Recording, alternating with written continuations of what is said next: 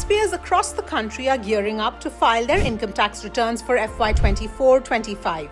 But before you log into the portal, do you have all the important documents ready? And more importantly, do you know how your tax will be calculated this year?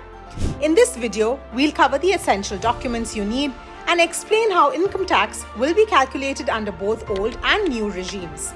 First things first, let's get your paperwork in order. Here's what you need to keep handy: PAN, Aadhaar and bank passbook. Make sure your PAN is linked to your Aadhaar. It's mandatory under Section 139AA.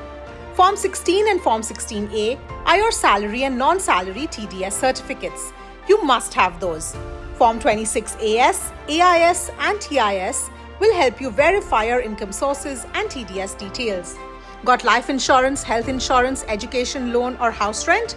Keep the original receipts for deductions under ATC, ATD, ATE and more. If you've sold stocks, mutual funds or property, mention it under capital gains. Important update. This year, the deadline to file your ITR is September 15th, not July 31st. So you get a little more time. Now let's talk about how to actually calculate your income tax for the financial year 2024-25. This year, once again, you have the option to choose between the old tax regime and the new one. Under the old regime, there are 4 basic slabs. For income up to 2.5 lakh, there's no tax. Between 2.5 and 5 lakh, you pay 5%, the lowest slab. Anything above 10 lakhs is taxed at 30%. That's the highest slab. If you're a resident individual and your total income is less than 5 lakh rupees, you'll also get a tax rebate of up to 12,500 under Section 87A, effectively bringing your tax liability down to zero. The biggest benefit of the old regime lies in the deductions it offers. You can claim up to 1.5 lakh under Section 80C for investments like PPF, ELSS and life insurance premiums. Section 80D allows a health insurance deduction of 25,000 rupees for yourself and up to 50,000 for your parents. Additionally, under Section 80TTA, you can claim up to 10,000 rupees as deduction on savings account interest. And yes, there's a standard deduction of 50,000 rupees that applies to all salaried individuals. On the other hand, if you opt for the new tax regime, the slab structure is different and a bit more spread out. There's no tax on income up to 3 lakh rupees.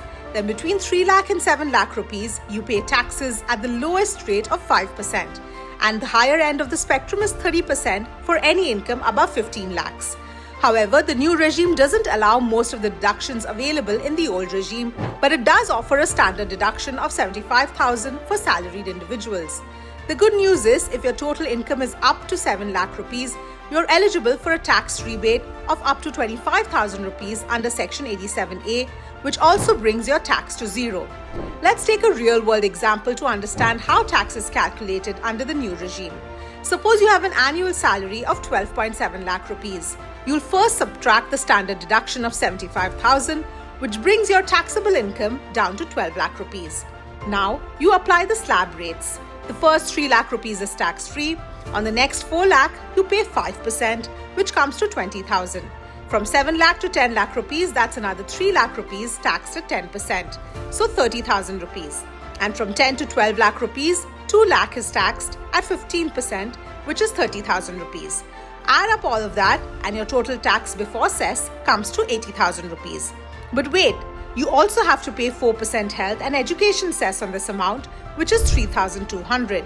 So your final tax liability under the new tax regime becomes 83,200. And that's how your income tax is calculated depending on which regime you choose.